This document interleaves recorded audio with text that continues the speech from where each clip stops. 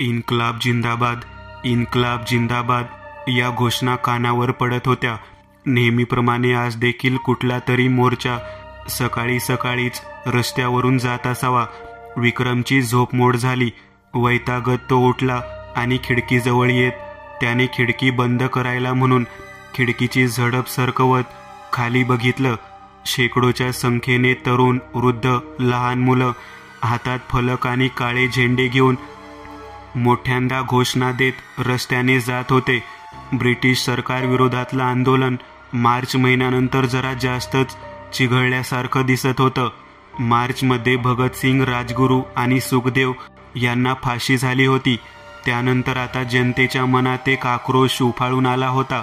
त्या आक्रोशाला आधी काही ठिकाणी हिंसक रूप मिळालं होतं.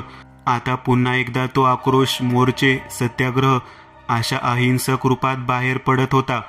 रविवारी सकाळी सकाळी असे मोर्चे निघणं हे आता रोजच झालं होतं. विक्रांतने खिडकी बंद केली. बाजूच्या पलंगावर त्याचा मित्र आणि सहपाठी रविकांत शांत झोपलेला होता. कितीदा सांगितलं आहे तुला, खिडकी बंद ठेवत जा, पण नाही, तुझं हे रोजचं आहे. बाजूला पडलेला हातपंखा हातात घेत तो हातानेच वार घेऊ लागला. काही वेळ तसाच विचारात गेला आणि मग तो उठून स्टडी टेबल जवळ आला. तिथे डायरीच्या कागदावर तो घरी पत्र लिहू लागला. प्रिय आई बाबा, खूप दिवस झाले तुमच्या पत्राची वाट पाहतोय, पण आधी लिहिलेल्या 5 पैकी एकाही पत्रास तुमच्याकडून कोणतं उत्तर आलेलं नाही. सगळं ठीक आहे का तिकडं? तुम्ही ठीक आहात का? या पत्रास तरी तुम्ही उत्तर द्याल आणि माझी चिंता दूर होईल. पुढच्या आठवड्यात परीक्षा संपणार आहे, मग मी गावाला येतोय. सुमतीलाही सांगा. आपला नम्र विक्रांत. विक्रांतने गेल्या 6 महिन्यात घरी जवळपास 5 पत्र पाठवलेली होती, पण एकाचंही उत्तर आलेलं नव्हतं. तो मुंबईला डॉक्टरकीचं शिक्षण घेत होता. साल 1931च्या काळात डॉक्टरकीचं शिक्षण घेण्यासाठी बुद्धिमत्तेसोबतच पैसेही आवश्यक असायचे. मुंबईच्या ग्रांट मेडिकल कॉलेजमध्ये तो आता डॉक्टरकीच्या शेवटच्या वर्षाला होता.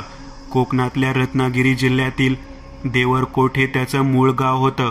सरनोबत घराण्याचं गावात मोठं प्रस्थ होतं. एक वडिलोपार्जित भला मोठा वाडा जो गावापासून जरासा बाहेरच्या बाजूला होता. कितीतरी एकर जमीन त्यांच्या संपत्तीत होती. विक्रांतचे वडील विश्वंभर, आई सुमित्रा, काका श्रीपाद आणि काकू असं त्यांचं एकत्र कुटुंब तिथे राहायला होतं. श्रीपादला एकूण 4 मुलं होती, ज्यातल्या 3 मुलींची लग्न झालेली. एक मुलगा नुकताच जन्माला आलेला होता. तर विश्वंभर म्हणजेच विक्रांतच्या वडिलांना पहिल्या बायकोकडून एक मुलगा चंद्रकांत होता. सुमित्रा ही त्याची दुसरी बायको होती, जिच्यापासून विक्रांत आणि कल्पना ही 2 अपत्ये होती. कल्पनाचा 11 वर्षापूर्वी स्पॅनिश फ्लूच्या साथीत मृत्यू झालेला. विक्रांत ही विवाहित होता. तो 12 वर्षाचा असताना त्याचा सुमतीसोबत विवाह झालेला होता. शेवटची त्याची आणि तिची भेट होऊन 8 महिने उलटायला आले होते. त्यावेळी ती 7 महिन्याची गर्भवती होती. देशात सुरू असलेल्या स्वातंत्र्य संग्रामाशी त्याला आणि त्याच्या पूर्ण कुटुंबाला तसं फार काहीही घेणं देणं नव्हतं. त्याला लवकरात लवकर इथलं शिक्षण पूर्ण करून लंडनला उच्च शिक्षणासाठी जायचं होतं, ज्यासाठी लागणारा खर्चही त्याला मिळणं फार अवघड जाणार नव्हतं. तो घरापासून जवळपास 7 वर्ष झाले लांब राहिलेला होता. वर्षाला 2 वेळा तो घरी जायचा.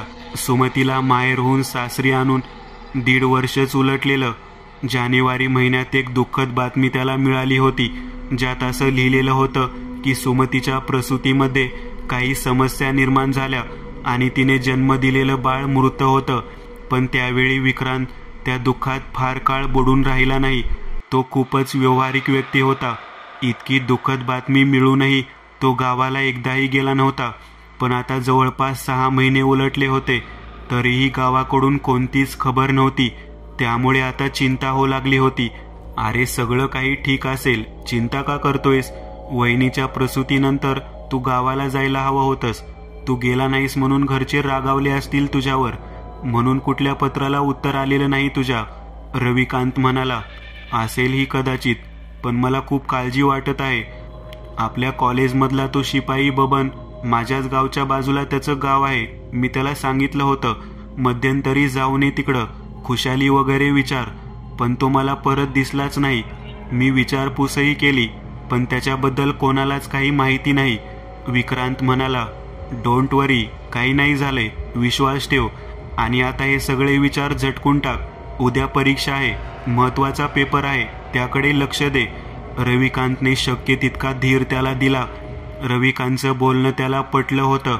कधी कधी भावनिक होऊन चालत नाही, प्रॅक्टिकल बनावं लागतं. पण तरी एक विचार मनात घर करून बसला होता.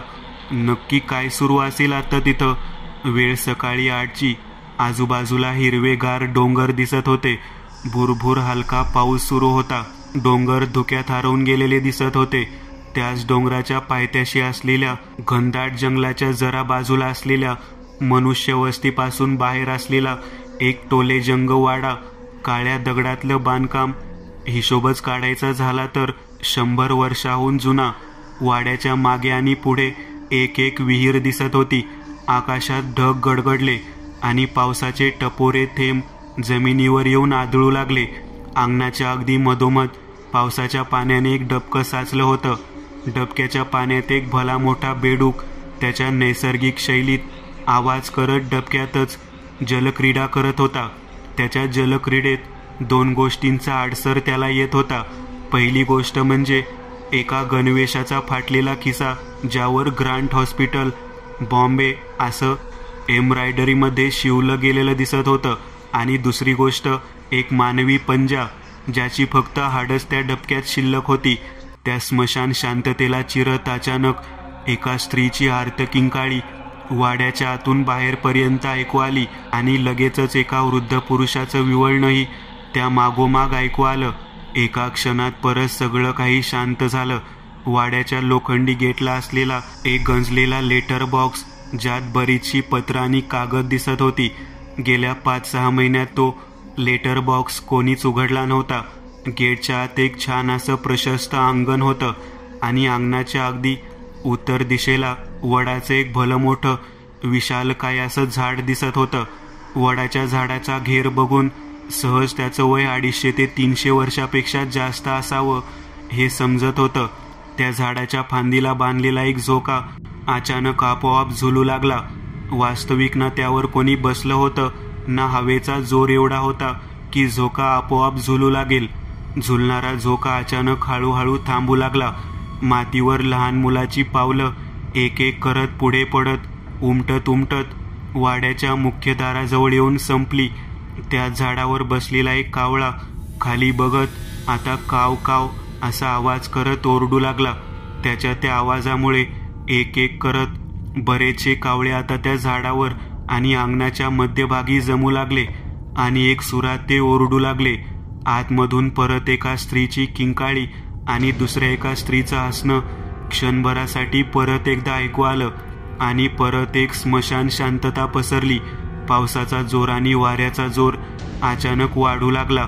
एक एक करत सगळे कावळे तिथून उडून जाऊ लागले. वर्ष 2014चा एक दिवस.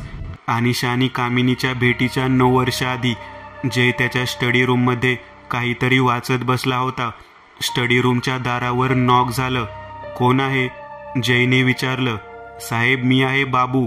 दाराबाहेर उभा नोकर म्हणाला. बाबू, ये आत. बाबू आत आला. काय रे, काय झालं? जयने विचारलं. साहेब, तुम्हाला भेटायला एक मुलगी आली आहे. तिची अपॉइंटमेंट होती तुमच्यासोबत 3 वाजता असं म्हणत आहे ती. बाबू म्हणाला. जयने घड्याळ बघितलं. ओ यस, पाठव तिला. आणि 1-2 कॉपी पण घेऊन ये. जय म्हणाला. बाबू निघून गेला आणि काही क्षणात दारावर परत एकदा नॉक झालं. Please come in. जय म्हणाला. एक तरुणी आत आली. चेहरा आणि एकूण पेहराव बघून समजत होतं की ती चांगल्या घरातली असावी. हातातली झाराची बॅग, ॲपलचा लेटेस्ट फोन आणि एका महागड्या कारची चावी, शिवाय अंगावरचे चमकदार कपडे, जीन्स आणि एक ब्लॅक सिल्क शर्ट. सगळं बघून असंही कळत होतं की ती एका खूप श्रीमंत घरातली असावी. तिने डोळ्याला काळा गॉगल लावलेला. ती आत त्याच्या टेबल समोर आली आणि खुर्ची सरकवून बसली. हॅलो, मी शनाया मेहता. जयस्वाल आंटीनी माझ्याबद्दल तुम्हाला सांगितलं असेलच. तिने स्वतःचं नाव सांगितलं आणि रेफरन्सही दिला. यस, त्या म्हणाल्या मला, बोला काय मदत करू शकतो आपली. जय म्हणाला, तिने अजूनही स्वतःच्या डोळ्यावरचा गॉगल काढला नव्हता. ॲक्च्युली कसं सांगू कळत नाहीये. खरं तर ती बोलायला सुरुवात करणार इतक्यात दार उघडून नौकर आत आला. कॉफीचे कप ठेवून तो जाऊ लागला. बाबू ऐक, हा फोन घेऊन जा माझा. पुढचा 1 तास कोणी आलं किंवा कोणाचा फोन जरी आला तरी सांग मी बिझी आहे. बाबू त्याचा फोन घेऊन निघून गेला. कॉफी घ्या आणि रिलॅक्स व्हा आधी. तिने अजूनही गॉगल काढला नव्हता. जयला प्रकरण गंभीर आहे याची चाहूल लागली.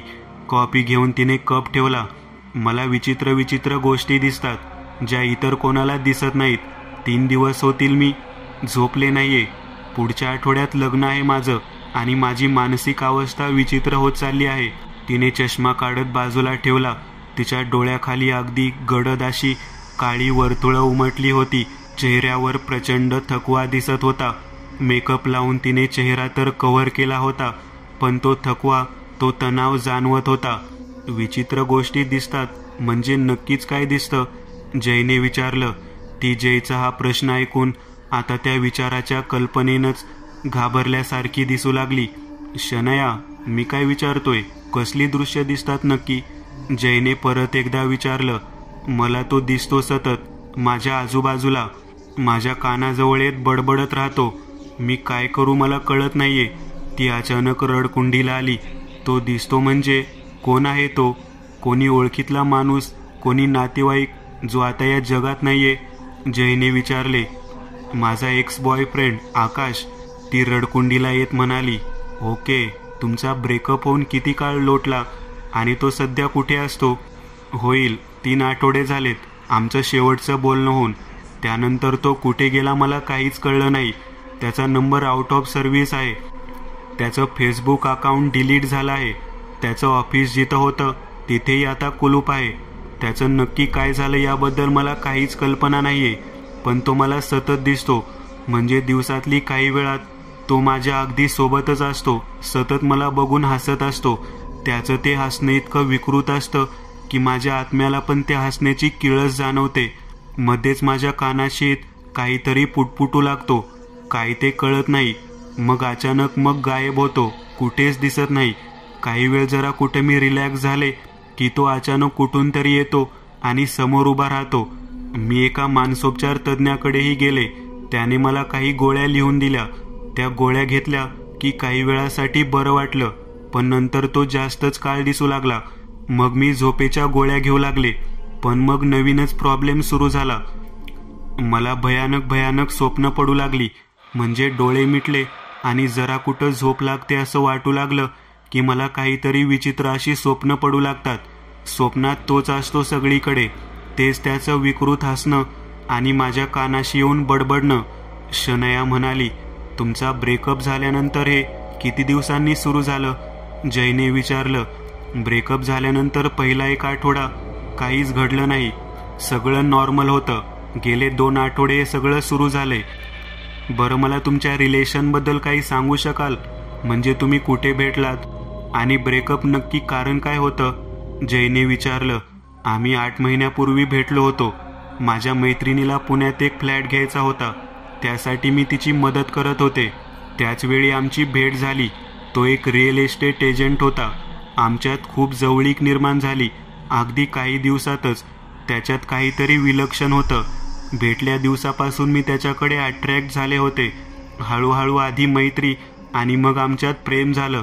माझे मॉम डॅड UK ला होते गेले 1 वर्ष. तिथूनच आमचा फॅमिली बिझनेस ते रन करत होते. त्यामुळे ते आल्यावर मी आकाशची त्यांच्यासोबत भेट घालून देणार होते. पण जेव्हा कधी त्यांच्याशी भेटण्याबद्दल मी बोलायचे, तो एकच गोष्ट म्हणायचा की तुम्ही लोक खूप श्रीमंत आहात, ते मला कधी स्वीकार करणार नाही, त्यामुळे आपण पळून जाऊन लग्न करू, असे तो सतत म्हणायचा. एक दिवस तर मी त्याच्या बोलण्याला भुलून लग्नाला तयारही झाले होते. पण नेमकं त्यावेळी काहीतरी घडलं आणि माझ्या वडिलांना अचानक भारतात यावं लागलं होतं. त्यामुळे त्यावेळी आमचा प्लॅन फसला. त्यावेळी त्याने भयंकर संताप व्यक्त केला होता. अगदी माझ्यावर हात देखील उचलला होता. त्यावेळी नंतर त्याचं वागणं हळूहळू खूपच टॉक्सिक होत गेलं आणि अखेर मी त्याच्या त्या टॉक्सिक वागण्याला कंटाळून ब्रेक करायचं ठरवलं. पण जसं ब्रेकअपबद्दल त्याने ऐकलं तसं तो खूप नरमला, अगदी गयावया करू लागला. त्याच्या वागण्यात इतका ड्रास्टिक बदल व्हायचा की कधी कधी मला असं वाटायचं की मी याला बिलकुल ओळखत नाही. इतका स्ट्रेंज तो वागायचा. एक गोष्ट तो मला सारखी सांगायचा की आपलं रिलेशन खूपच प्रायव्हेट ठेवू, अगदी कोणालाच कळता कामा नये. हेही मला खटकायचं. 3 आठवड्यापूर्वी मी त्याला शेवटच्या भेटीसाठी बोलावलं होतं. सुरुवातीला तर त्याने खूप गयावया केली, अगदी तो रडत सुद्धा होता. पण जसं त्याला कळलं की माझा निर्धार पक्का आहे, त्यानंतर तो इतका हिंसक झाला की त्याने मला नाही ते वाईट शब्द वापरले आणि अगदी माझा गळा देखील आवळला. मी कशीबशी तिथून पळून आले. खूपच टॉक्सिक रिलेशन होतं ते. ब्रेकअप झाल्याच्या दिवसानंतर त्याने मला एकही कॉल केला नाही आणि मग 1 आठवड्यानंतर हे सगळं सुरू झालं.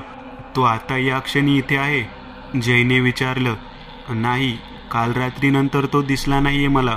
त्याचा एखादा फोटो वगैरे दाखवू शकाल का? नाही, मला त्याचा चेहरा बघायची इच्छा नाही, त्यामुळे मी फोनमधून त्याचे सगळे फोटो डिलीट केले. फेसबुकवर, लिंक्डइनवर त्याचं प्रोफाईलही डिलीट झालं आहे. ती म्हणाली, ओके, आपल्याला हिप्नोट्रिक ट्रीटमेंट करावी लागेल. ओके, काहीही करा, पण मला यातून सोडवा. बाजूलाच असलेल्या एका आराम खुर्चीवर तिला बसवलं. जे तिच्या समोर येऊन बसला. तो तिला प्रक्रिया समजावून सांगू लागला. अचानक तिचे थकलेले डोळे मोठे झाले आणि तिने त्याच्या मागच्या भिंतीकडे बघितलं. तिचे शब्द तोंडातच अडकून पडले. शब्द फुटेनासे झाले. घामाच्या धारा लागल्या. तो तिथे. एवढंच बोलत तिने जयच्या मागे असलेल्या भिंतीकडे बोट दाखवलं. त्याने मागे वळून बघितलं. मागे कोणीच नव्हतं. ती डोळे मोठे करून तशीच आवासून बसून राहिली. आकाश, प्लीज स्पेअर मी. ती प्रचंड भीतीत भिंतीकडे बघत बोलू लागली. बाजूला असलेल्या एका आरशाकडे जयचं लक्ष गेलं. तो आरशाच्या जवळ आला आणि तो 5 फूट लांबीचा आरसा उचलत थोडा पुढे आणला. खिडकीच्या बाहेरून येणारा सूर्याचा प्रकाश त्या आरशावरून रिफ्लेक्ट होत तिच्या डोळ्यावर पडताच तिचे डोळे दिपून गेल्यासारखं झाले. तिने डोळ्यावर हात ठेवला. जयने आरसा बाजूला तसाच उभा करून ठेवला. तिने डोळे काही सेकंदात उघडले आणि आता ती इकडे तिकडे बघत राहिली. तो आता तिला दिसत नव्हता. ती ताडकन उठून उभी राहिली. हे कसं झालं? तो आता इथेच उभा होता. माझ्याकडे बघत हसत होता. पण अचानक हे कसं काय केलं तुम्ही? ती चाट पडली होती. दृष्टीभ्रम दूर करायची छोटी पद्धत आहे ही. आता मी खात्रीने सांगतो, हे जे काही तुला दिसतंय ते तुमच्या मनाचे भास आहेत. Don't worry. ड्रीम टेलिपोर्टेशन द्वारे आपण यावर कायमचा उपाय करू. एका सेशन नंतर हे सगळं बंद होईल. ती जरा आता नॉर्मल झाली. त्या प्रक्रियेसाठी आवश्यक असलेल्या गोष्टी त्याने तिच्याकडून घेतल्या आणि बरोबर 2 दिवसानंतर ती प्रक्रिया करायचं ठरलं.